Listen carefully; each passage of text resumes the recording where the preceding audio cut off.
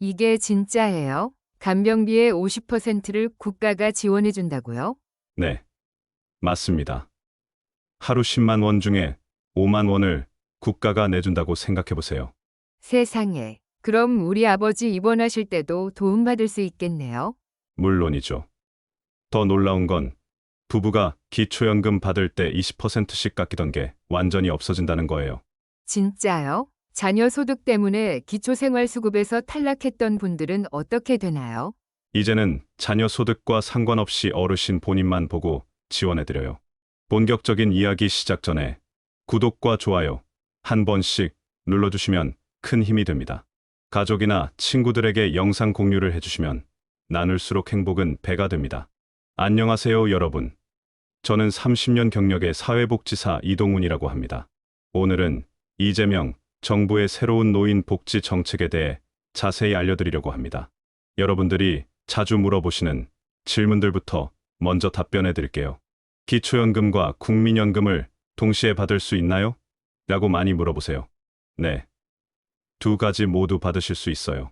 국민연금은 여러분이 젊었을 때 납부한 보험료에 대한 혜택이고, 기초연금은 노후 소득 보장을 위한 복지제도니까 성격이 다르거든요. 73세 배상길 씨는 국민연금 30만 원, 기초연금 30만 원 해서 월 60만 원으로 살고 있다고 하셨어요. 다만 국민연금 금액이 많으면 기초연금이 조금 줄어들 수 있어요. 하지만 이재명 정부에서는 이 부분도 개선하겠다고 했으니 기대해 볼 만하죠. 이제 마지막으로 제가 30년 사회복지사로 일하면서 알게 된 꿀팁을 몇 가지 알려드릴게요. 주민센터에 가실 때는 오전 시간대, 특히 화요일이나 수요일이 좋아요. 월요일은 너무 바쁘고 목요일, 금요일은 주말 전이라 사람들이 많거든요. 73세 신동철 씨는 수요일 오전 10시쯤 가니까 사람도 별로 없고 직원분들이 천천히 설명해 주셨다 고 하시더라고요. 필요한 서류는 미리 발급받아 보관해 두세요. 특히 등본, 가족관계 증명서, 소득금액 증명원 같은 건 자주 필요하거든요. 자, 이제 본격적으로 이재명 정부의 복지 정책에 대해 알아볼까요? 먼저 세 번째로 말씀드릴 내용인 돌봄, 국가 책임제부터 시작하겠습니다. 이건 정말 많은 어르신들과 가족들에게 희소식인데요.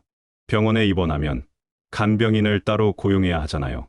그런데 간병비는 계속 오르고 너무 비싸서 경제적 부담이 아주 컸죠. 하루에 10만 원씩, 한 달이면 300만 원이 넘어가니 가족들이 경제적으로 너무 힘들잖아요. 78세 문병철 씨는 작년에 뇌졸중으로 3개월간 입원했는데 간병비만 900만 원이 들었다고 해요.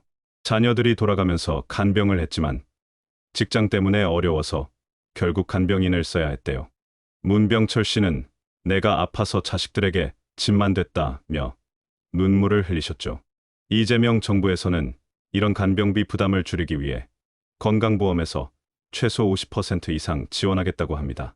그러니까 하루 10만 원 간병비 중에 5만 원은 국가가 내주는 거예요. 이렇게 되면 가족들의 부담이 정말 많이 줄어들겠죠. 이런 정책들이 시행되면 어떤 효과가 있을지 말씀드릴게요. 우선 어르신들의 경제적 부담이 크게 줄어들 거예요. 특히 기초연금, 부부 감액이 없어지면 부부 어르신들은 매달 약 12만 원의 추가 수입이 생기는 셈이죠. 1년이면 144만 원이나 되는 금액이에요. 74세 안순옥 씨는 그 돈이면 겨울에 난방비 걱정 없이 따뜻하게 지낼 수 있을 것 같다고 기뻐하셨어요. 또한 간병 부담이 줄어들면 가족들의 심리적, 경제적 스트레스도 크게 감소할 거예요. 81세 노창수 씨의 딸은 아버지 간병으로 직장을 그만둘 뻔했는데 국가에서 지원해주면 정말 큰 도움이 될 것 같다고 말씀하셨죠. 다음으로는 첫 번째 정책인 기초연금, 부부 감액 폐지에 대해 말씀드릴게요. 지금까지는 부부가 함께 기초연금을 받으면 각각 20%씩 깎였어요. 예를 들어 혼자 사는 어르신은 한 달에 30만 원을 받는데 부부는 각각 24만 원씩 받는 거죠. 80세 최덕수 씨와 77세 한술래 씨 부부는 우리가 왜 부부라는 이유로 돈을 덜 받아야 하는지 모르겠다라고 항상 말씀하셨어요. 정말 억울하시죠? 이재명 정부에서는 이 부분을 개선하기로 했습니다. 내년부터 감액 비율을 10%씩 줄여서 5년 안에 완전히 없애겠다고 해요. 그러니까 내년에는 20%가 아니라 10%만 깎이고 그 다음 해부터는 아예 깎이지 않는 거죠. 부부도 혼자 사는 어르신과 똑같이 기초연금을 받을 수 있게 되는 겁니다. 게다가 기초연금 금액도 물가 상승률에 맞춰서 매년 조금씩 올라갈 예정이라고 해요. 이건 정말 반가운 소식이죠. 네 번째로 상병수당 확대에 대해 말씀드릴게요. 상병수당이라는 게 뭐냐면 아파서 일을 못할 때 생활비를 지원해주는 제도예요. 지금까지는 일부 지역에서만 시범사업으로 운영했는데 올해는 14개 지역으로 시범사업을 확대하고 차후에 전국적으로 확대한다고 합니다. 기존에는 중위소득 120% 이하만 신청할 수 있었는데 올해부터는 소득 기준을 폐지하여 모든 시민이 지급받을 수 있게 되었어요. 그리고 상병수당의 지원 범위가 확대되어 입원, 재택, 통원치료 등 모든 질병치료의 수당을 지원받을 수 있어요. 58세 박철민 씨는 택시 운전을 하시다가 작년에 허리를 다쳐서 2달간 일을 못하셨대요. 그 기간 동안 수입이 하나도 없어서 생활이 정말 어려웠다고 하셨어요. 아파도 생계 때문에 억지로 일하다가 더 크게 다칠 뻔했다고 말씀하셨죠. 이제는 아프면 쉬실 수 있어요. 지원 금액은 2025년 최저임금의 60%인 약 48,000원씩 최대 150일까지 받을 수 있어요. 한 달이면 약 140만 원 정도니까 당장의 생활비 걱정은 좀 덜 수 있겠죠. 특히 일하시는 어르신들께는 정말 도움이 되는 필요한 제도라고 생각해요. 새 정부가 들어설 때마다 정책이 바뀌니까 어르신들 많이 혼란스러우시죠.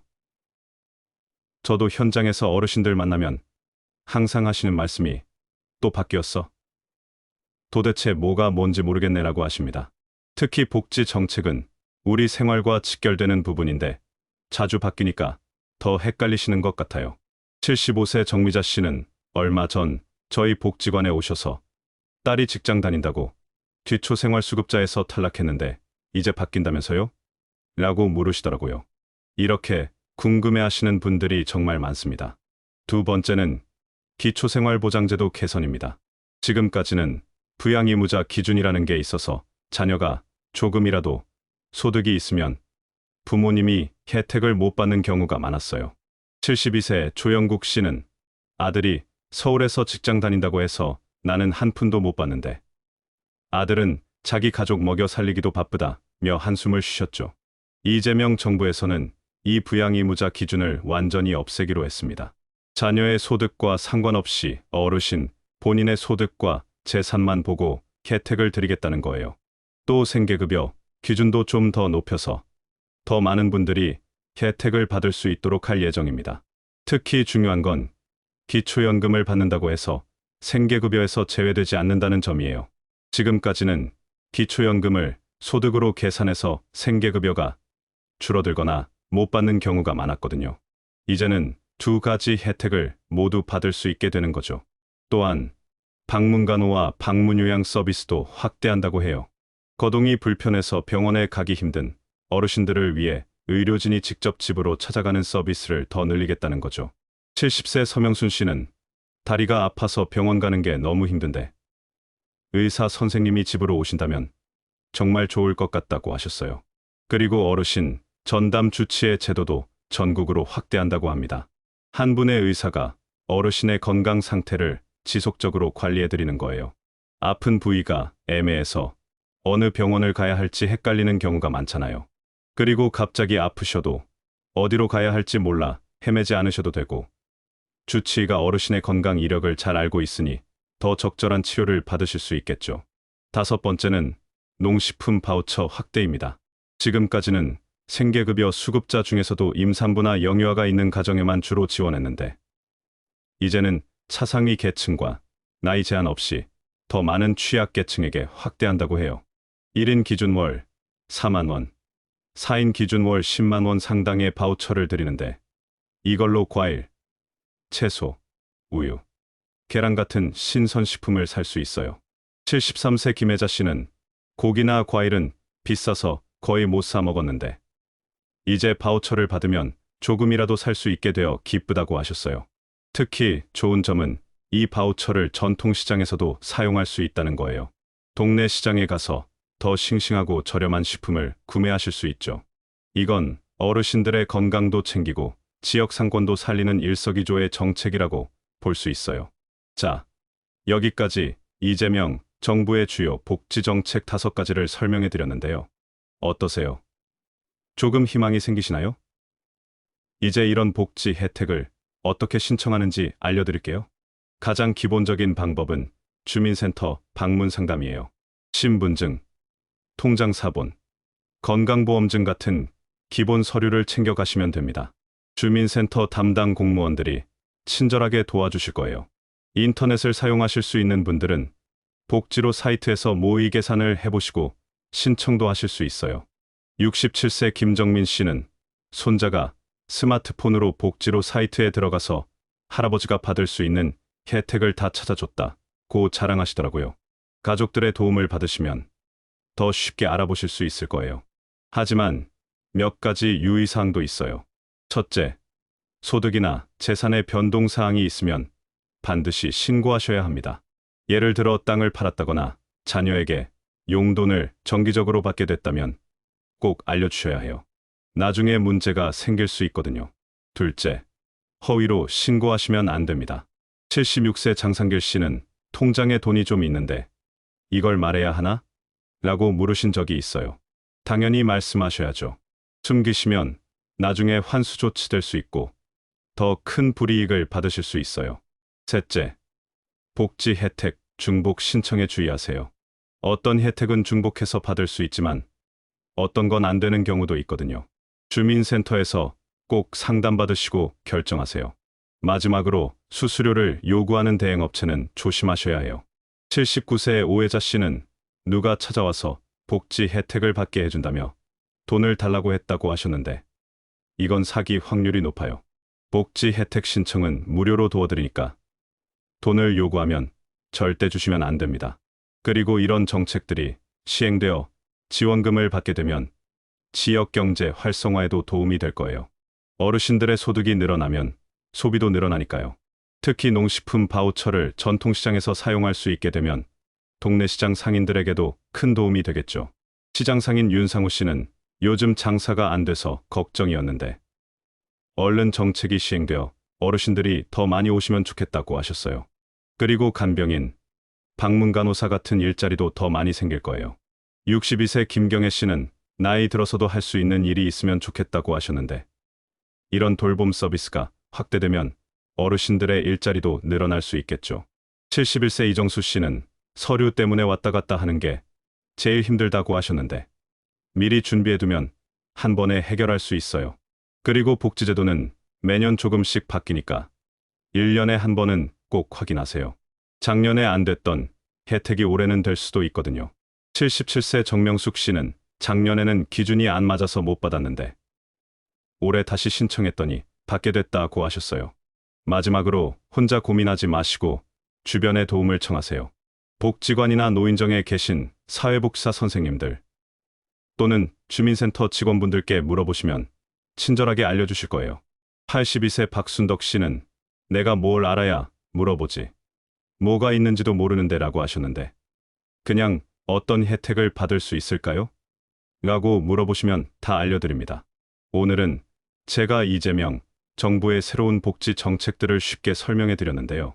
특히 어르신들께 직접적인 혜택이 되는 기초연금, 기초생활보장제도, 돌봄 책임제, 상병수당, 농식품 바우처까지 하나하나 자세히 알려드렸습니다. 이 영상을 끝까지 보시면 정말 큰 도움이 되실 거예요. 왜냐하면 이 정보들이 여러분의 실제 생활에 직접적으로 도움이 되는 내용이거든요. 매달 받으시는 연금이 늘어날 수도 있고 지금까지 받지 못했던 혜택을 새롭게 받으실 수도 있어요. 여러분, 지금까지 말씀드린 정책들이 언제부터 시행되는지 궁금하시죠? 대부분의 정책은 내년부터 단계적으로 시행될 예정이에요. 특히 기초연금, 부부 감액 폐지는 내년부터 바로 10% 감소가 적용됩니다.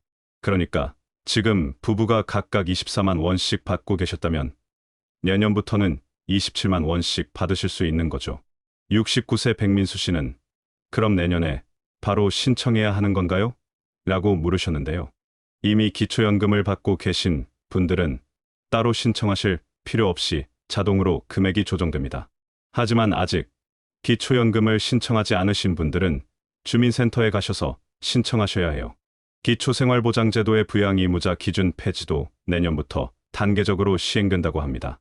처음에는 고령자나 중증장애인 가구부터 적용되고 점차 확대될 예정이에요. 80세 강기철 씨는 아들이 있어도 생활이 빠듯해서 나한테 돈 보내주기 힘든데 이제 내 형편만 보고 지원해준다니 정말 다행이다라고 하셨죠. 돌봄 책임제는 조금 더 시간이 걸릴 수 있어요. 간병비 지원은 내년부터 시범사업으로 시작해서 점차 확대할 계획이라고 해요. 처음에는 대형 병원부터 시작하고 나중에는 중소병원까지 확대된다고 합니다. 76세 홍정임 씨는 빨리 시행됐으면 좋겠다. 요즘 병원비도 비싼데 간병비까지 내기 너무 힘들다고 말씀하셨어요. 상병수당은 이미 일부 지역에서 시범사업으로 진행 중인데 올해부터 더 많은 지역으로 확대되고 3년 내에 전국적으로 시행될 예정이라고 해요. 64세 김성우 씨는 작년에 허리를 다쳤을 때 상병수당이 있었다면 좀 더 편하게 치료받을 수 있었을 텐데라며 아쉬워하셨죠. 농식품 바우처도 내년부터 단계적으로 확대됩니다. 지금은 생계급여 수급 가구 중 일부만 받고 있는데 차상위 계층까지 확대되는 거죠. 72세 이영자 씨는 나는 생계급여는 못 받지만 차상위 계층인데 이제 바우처를 받을 수 있다니 정말 반갑다고 하셨어요. 이런 정책들이 모두 완벽하게 시행된다면 어르신들의 삶의 질이 정말 많이 향상될 거예요. 물론 아직 확정된 건 아니고 예산 문제나 정치적 상황에 따라 변동될 수도 있어요. 하지만 방향성은 분명히 어르신들의 복지를 강화하는 쪽으로 가고 있다고 생각합니다. 제가 사회복지사로 일하면서 가장 안타까웠던 건 혜택을 받을 수 있는데도 정보가 없어서 못 받는 어르신들이 너무 많다는 거였어요. 78세 백명희 씨는 나는 그런 거 받을 자격이 없을 거야 라고 생각하셨는데 알고 보니 여러 혜택을 받을 수 있었거든요. 그래서 제가 강조하고 싶은 건 주저하지 마시고 주민센터나 복지관에 가서 상담받아 보시라는 거예요. 혹시 안 된다고 해도 손해볼 건 없잖아요. 76세 권철수 씨는 처음에는 부끄러워서 안 가려고 했는데 용기 내서 가보니 생각보다 친절하게 잘 알려주더라고 하셨어요. 집이 있는데도 기초생활수급자가 될 수 있나요? 라는 질문도 많이 받아요. 이건 집의 가치에 따라 달라져요. 대도시의 비싼 아파트라면 어려울 수 있지만 시골의 작은 집이라면 가능할 수 있어요. 특히 이재명 정부에서는 주거용 재산의 공제 한도를 높이겠다고 했으니 앞으로는 더 많은 분들이 혜택을 받을 수 있을 거예요. 79세 임술래 씨는 시골에 작은 집이 있어도 생활이 어려운데 집 때문에 혜택을 못 받는다면 너무 억울하다고 하셨는데 이제는 그런 걱정을 덜 수 있을 것 같네요. 돌봄 서비스는 누구나 받을 수 있나요? 라는 질문도 많이 하세요. 현재는 소득과 건강 상태를 고려해서 우선순위를 정하고 있어요.